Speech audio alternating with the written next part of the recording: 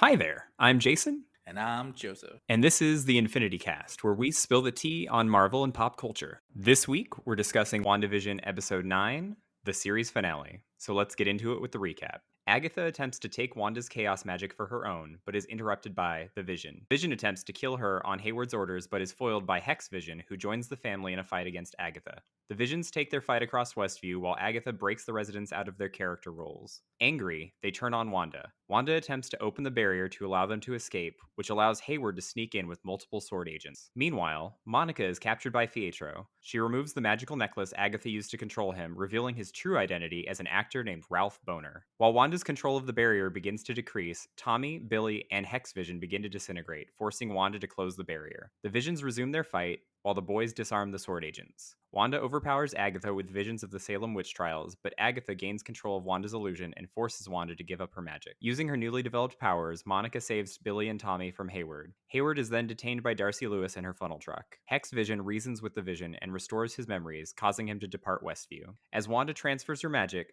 she creates magical runes around the barrier to strip Agatha of her powers and trap her permanently inside Westview, becoming the Scarlet Witch in the process. The family returns home as Wanda collapses the barrier. She tucks her sons into bed and bids farewell to Hex Vision, who reassures her that somehow they will see each other again one day. After making peace with Monica, Wanda goes into hiding. In the mid-credits scene, Hayward is arrested and Monica is informed by a Skrull operative that a friend of her mother wants to meet her. In the post-credits scene, while studying the Darkhold in her astral form, Wanda suddenly hears her sons calling for help. And then Mephisto comes and he ravages the land. And finally, a whole bunch of fanboys are so blissfully happy that it was Mephisto all along. Wait, that didn't happen. That's right. That didn't happen, did it? You know, Joseph, maybe Mephisto was the friends we made along the way. I still have people who are dedicated that it's still Mephisto. They're dedicated to it. They're dying on that hill, as they said. And then I handed them the suicide hotline. Might have been an out of taste joke.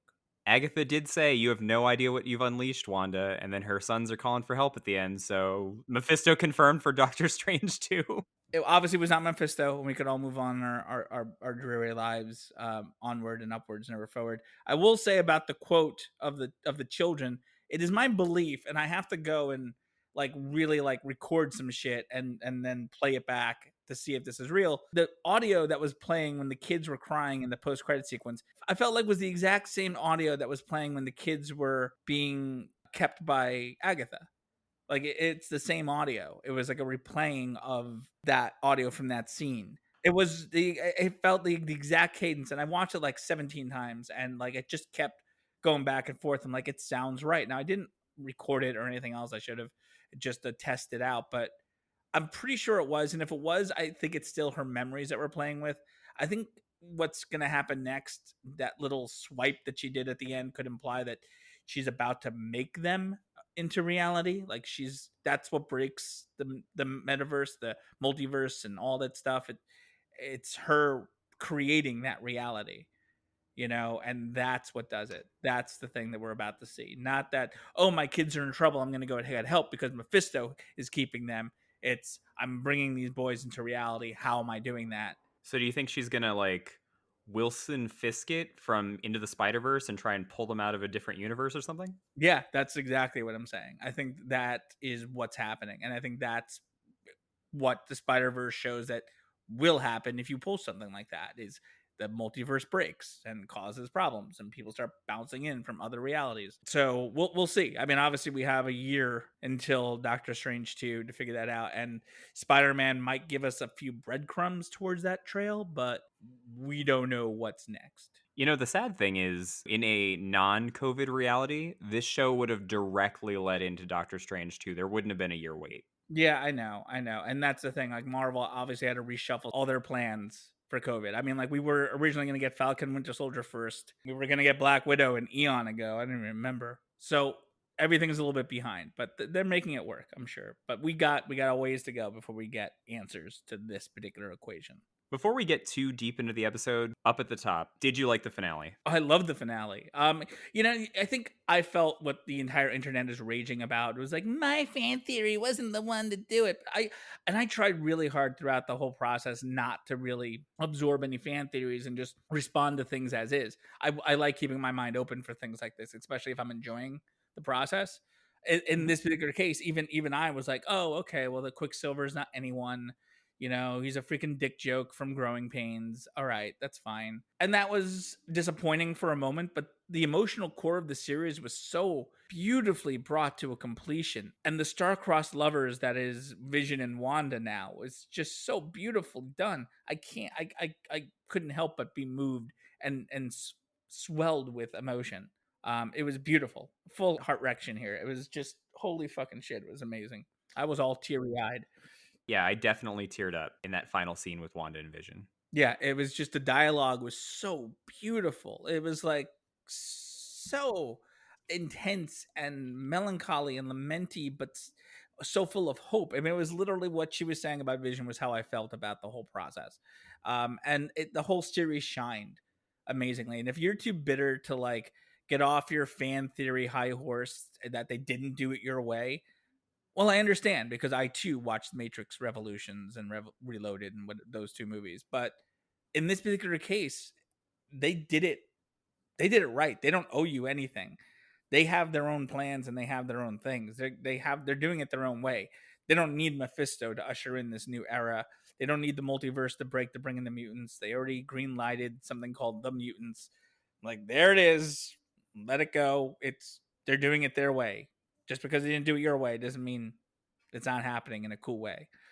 We got Scarlet Witch and her freaking badass outfit from all this. Everything that I saw, I enjoyed.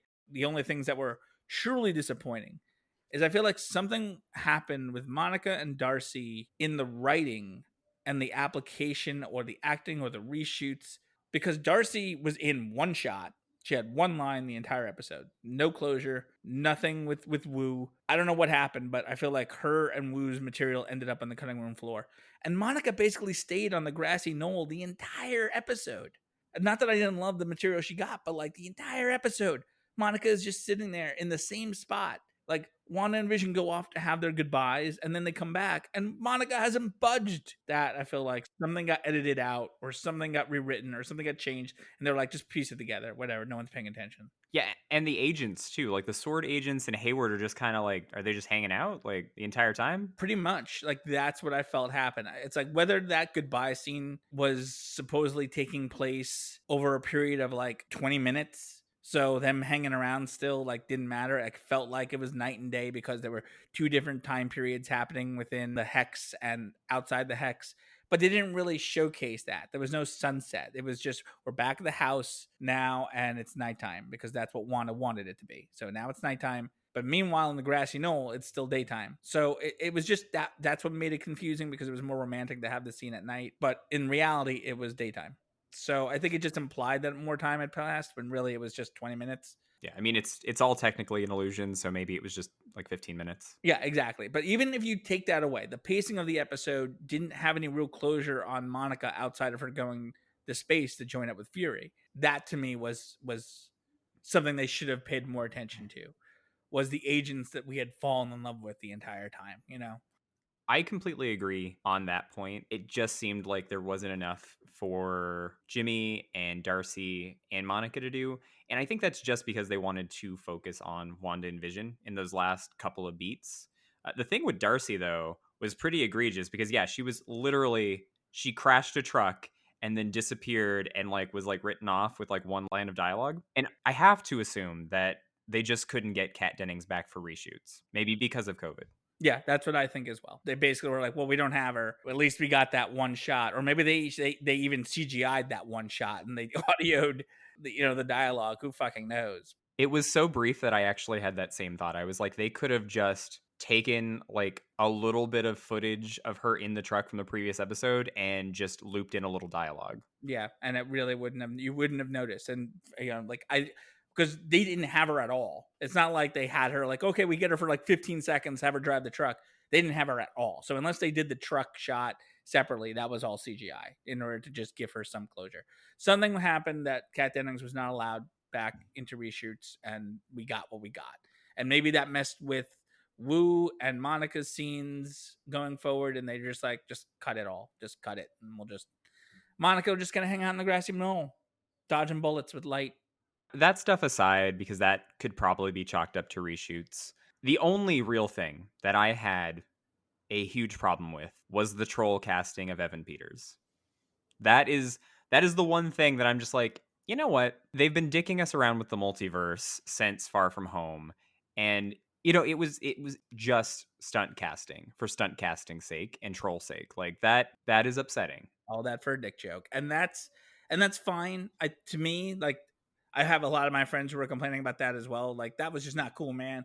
It's like, but it was the biggest red herring in the universe, and they knew they were doing it intentionally, and they brought it back to the simplest of points, referencing a Growing Pains character from the same time period of which the episode he showed up in.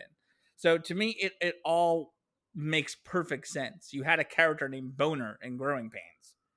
It's like, that's what you get. We definitely got boned on those fan theories. You know what I'm saying? I was not bothered by that. To me, I was like, well played. You fucking got us. And that wasn't really the only red herring, like the missing person. That one I can kind of forgive, but the aerospace engineer, I'm still a little salty about. There was a lot of red herrings, and that's the thing. They don't want people figuring this out. So they want people screaming about it. And they got a perfect algorithm for getting people to talk, getting people to theorize, and then saying fuck you to those theories as they go, where only a few of them match up to the right ways. I mean, there was no the fly is just a cicada, and the bunny ate it. That's the real question. What happened to Senor Scratchy? Senior Scratchy is probably in Wanda's hut right now. That would have been awesome. I would have loved Senior Scratchy to be like just in the hut hanging out. She took it from Agatha, but I bet it's still in Agatha's thing. And there's still a possibility that maybe the bunny is someone, not Mephisto, not Nightmare, just like her own little Renfield, and will awaken one day when Wanda needs her or somebody needs her. Because I feel like we're coming back to Agatha one day. No, yeah, we definitely are. Whether it's in Doctor Strange 2 or in like a potential like Scarlet Witch series, like we're coming back to Agatha at some point. And I really like I loved what they did with Agatha. I love that she's just giving her that role permanently. She's gonna live in Westview. She gets to stay Agnes, the nosy neighbor. Although it's kind of horrifying that she's trapping a sentient being in her own mind for an indeterminate amount of time until she needs her help. Also, I really love that moment with the runes. Oh, that rune moment was beautiful. It was like, yeah, thanks for the lesson. And even Agatha was like, fuck. You got a little snarky. You taught her a lesson about runes, and then Wanda went all nuts on it because everyone thought she was just losing her shit. But no, she had a plan. And then Agatha's went all poof. Agatha said, "Power isn't your problem; it's knowledge." And you know what? Scarlet Witch, pretty quick learner. Yeah, really quick. And now she has the fucking Darkhold. So let's talk about that for a second. Because she has the Darkhold. I mean, whether we're going for Shield or just its own separate version of the Darkhold, but she has the Darkhold, which we know very well from Shield. Yeah, that's the thing. Does this officially decanonize Agents of S.H.I.E.L.D. due to the complete redesign of the Darkhold? Like, it looks and feels completely different. It looks like the Necronomicon, in my opinion, which I thought it might have been the Necronomicon going into this because Sam Raimi was going to be playing with the Multiverse of Madness. And what better way, if that book is involved, than a reference to his Evil Dead universe? Like, if a guy knows evil magic books, it's Sam Raimi. So, okay, but it's not. It's the Darkhold. And apparently there's an entire chapter devoted to the Scarlet Witch. Yeah, I mean, saying chapter is weird because she opened the book and it was just maybe bad CGI.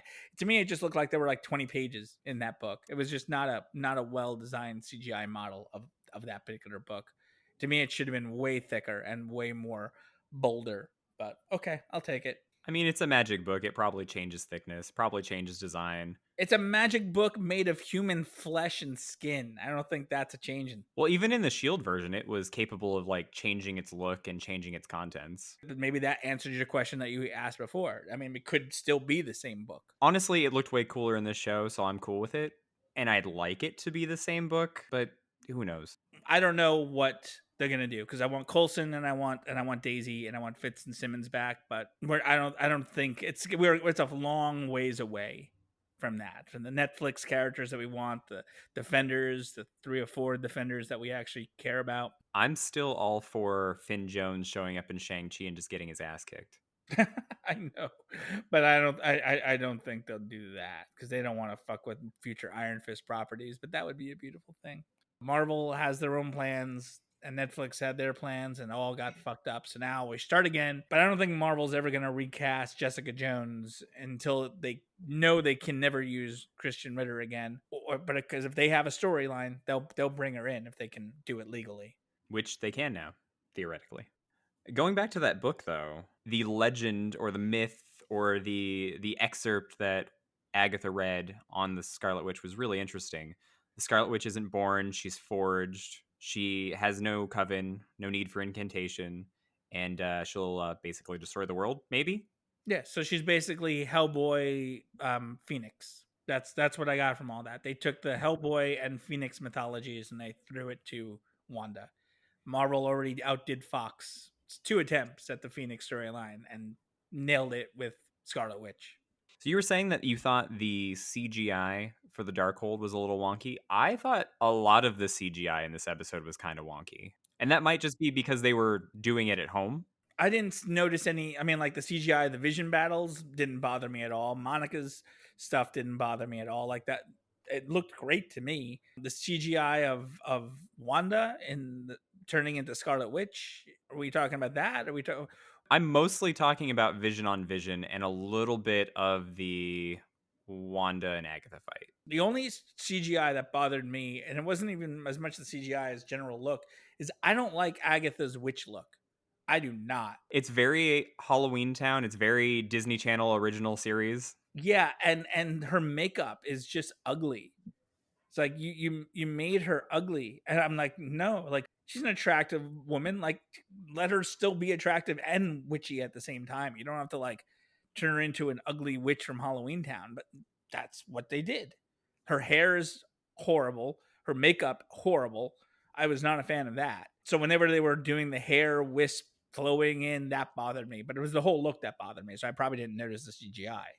Otherwise, I didn't know. And the Vision on Vision action was fine. Like I didn't notice anything bad. It didn't pull me out of it. Agatha pulled me out of it. Did you laugh out loud when Agatha like thudded on the ground? Because I died. I thought it was the fucking funniest thing I'd ever seen. Because she just like Done.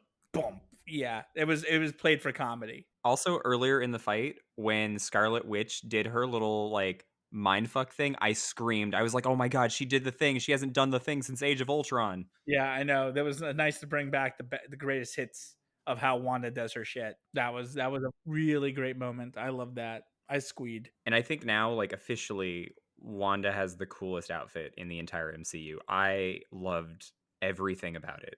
Yeah, I loved everything about it. It reminded me so much of McKellen's Magneto outfit a little bit. Like there was something in the texture of the outfit that just vibed that too. So I don't know whether that was intentional or if it was just that's what they ended up going with as far as a color choice. But the texture and the colors were there. It's like she is the daughter of Magneto in spirit, if not actual. Yeah, no, I think they were definitely vibing off of that. Even it kind of looked even a little bit like Fassbender's suit in the last movie. I'd say that too. It's just a Magneto vibing looking outfit. She is a goddess in that outfit. Coming from the Halloween episode and what it looked like there to the Flash tease coming out of the Mind Stone, and then we get it in full goddess mode. Like, God, that's just gorgeous. She deserves all the praise. Quite literally, possibly a goddess. Yeah, literal goddess. There was the Incredibles moment. I really, really enjoyed Billy and Tommy versus the Sword Agents. Yeah, I would have loved more of that because they were just fucking adorable. Also, again, fuck Hayward for going to murder children. Like he'd watched a little bit of the show, but like he really just went to murder the children. That was another thing. I felt like Hayward's character was a little. He was a little cartoony. Yeah, he turned out to be just a cartoony, like a government man, like just a basic bitch, scared G-man without any real closure. And I feel like he deserved a scene to dimensionize him about why. Like we knew it was because of fear. And I feel like the whole show is about grief. If you wanted to keep this 2-dimensional cartoony villain, then all you had to do was have him start crying and freaking out at the end about how scared he is about Scarlet Witch. Instead, you just made him like, oh, I'm going to get away with it too. He's just too mustache twirling. He was straight up villain monologuing at the beginning of the episode to Jimmy. Yeah, and that's the thing. When he got caught, he should have just broke down in front of Monica and just ranted with tears in his eyes about how they're going to destroy everything. You know, all these powered people. Look what they did. You know, in Infinity War. Look what led to all this stuff. Like Ultron, all these things, all because of powered people. Like it all needs to be taken down. He should have vibed Tony Stark with the way Tony Stark talked about Ultron being scared about like what else is out there, and that would have showed his colors, and that would have allowed him to be the villain throughout the entire thing, and we're all to buy it. And still, the whole show is about grief. His way of dealing with grief was to be scared. Wanda's way of dealing with grief was to create her own reality. You know, these are the grief-stricken moments. Monica was to keep fighting on. The whole show is about grief, and I think that's beautiful, like so goddamn beautiful. And all you had to do to give Hayward his moment to really solidify that from a negative toxic perspective is give him that end rant. And maybe it was scripted with Darcy and Wu and Monica, because I feel like they all got left out of the finale. Something went down and they couldn't get what they wanted, so they took it out. And instead, he was just brought behind the bank and brought by the sheriff. Are you saying that the writers could have used a little more vision? You know, it was pretty chilling when Agatha started waking the Westview residents up because like super yikes, you know? Yeah, they shot it almost like a the way zombies would, because it was like they were walking very slowly, overpowering Wanda, who was in the middle, and they all just came at her from different directions. So it revived very much the fear of a zombie film. And they were all coming at her with her pain, and then she Yeah. flipped out with her own pain. And again, it's just about people's personal pain and how they handle it and what they do with it. And they were not wrong. No, I mean that line, "When you let us sleep, we have your nightmares," like that is some deeply messed up shit. Yeah, and it just shows like when you sometimes people go through grief and they react, the people who suffer the most are the ones around them. You know, and that's the pain. And it's like I think everybody on a personal level, when they go through something traumatic, if it turns negative and bad and like vacuumous and toxic, then what happens when you find out that that's what you're doing? You either take it upon yourself and change your behavior, no matter how hard and how much work that goes, and hope to get forgiveness or redemption one day, or you just keep doing it and double down. You know, and Hayward's vibe was double down, and Wanda's way was, I have to stop. I need to figure this out. I need to fix this. This is bad. And she did. And even Monica saying like they're never going to understand what you did, what you sacrificed to fix this. Wanda's like, they won't care. It doesn't change anything. I fucked up. So I'm going to go. Yeah, she literally turns into goth Red Riding Hood and flies off.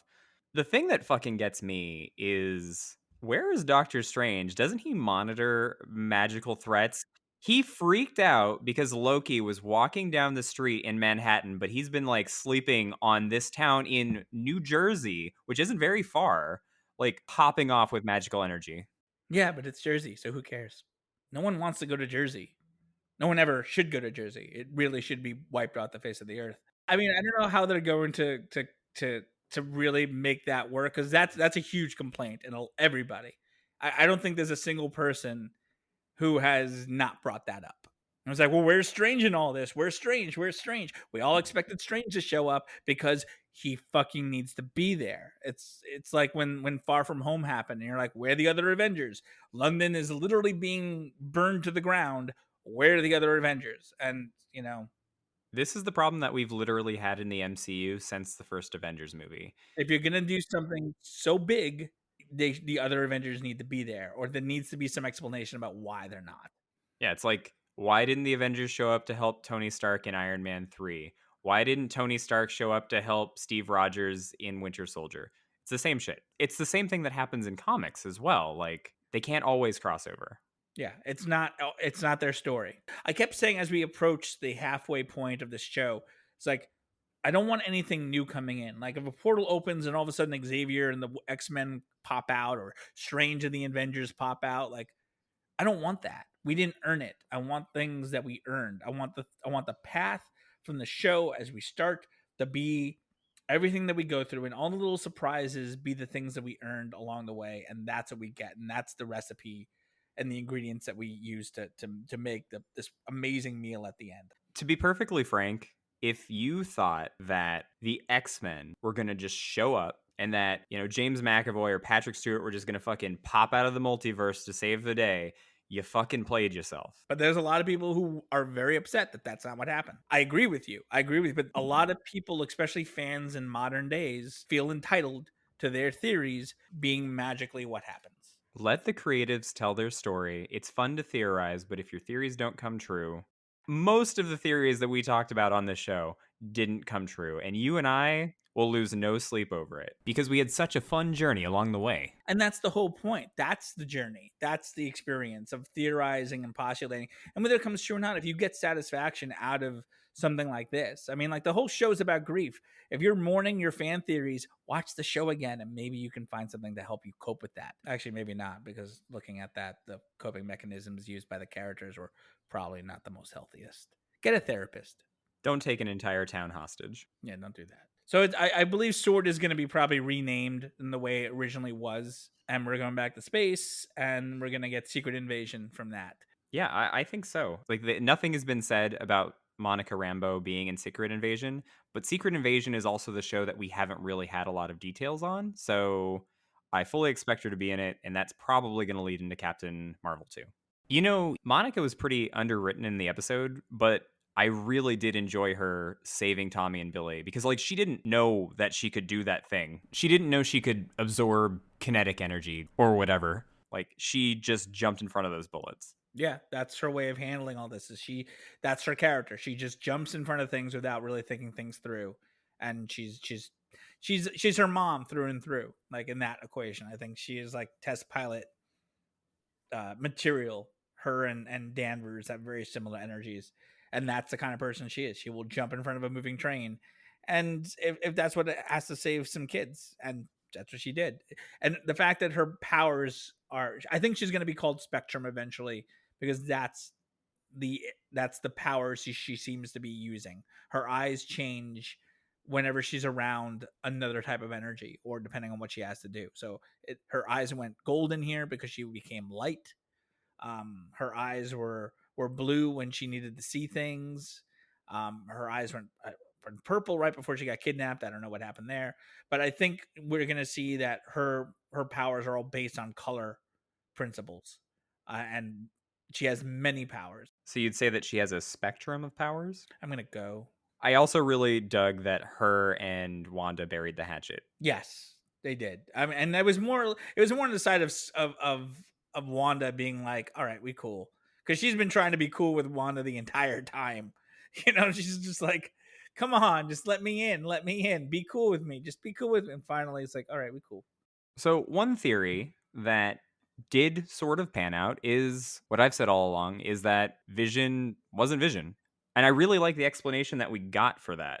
That Vision was, the piece of the Mind Stone that lives within Wanda.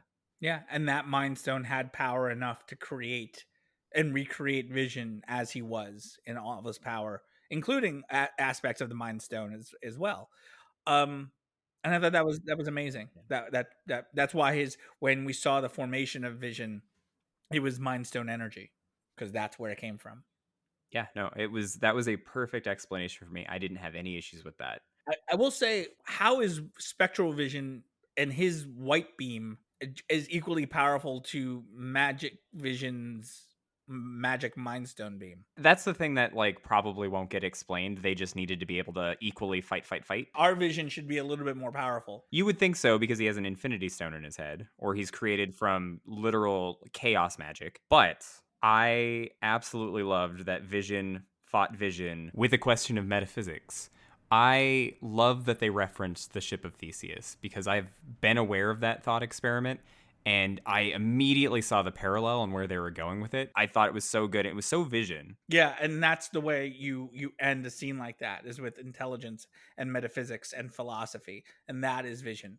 That is so Vision. I myself also am familiar with the ship of Theseus, and I created a metaphysical solution for that problem years ago, and I love the fact that they came up with their own version of that. Neither is the true ship, both is the true ship. Exactly. Neither is the true Vision, both are the true Vision. And people were talking about how Vision uploaded his memories up into spectral vision. I'm like, that's not what happened. He He just restored the memories that were already there. He's not going to get the memories of the sitcom. He's just going to get all the memories up to Thanos ripping his head open. Yeah, it's exactly what Hex Vision has been doing this entire show. He has the ability to restore true memories. And in a machine, it's like all I have to do is reconstitute your hard drive a little bit. Give me a second. And he asked for permission. It was so sweet. Oh my god. It was the scene between the two of them was explosive. Thank you, Bettany. I hope you got your dream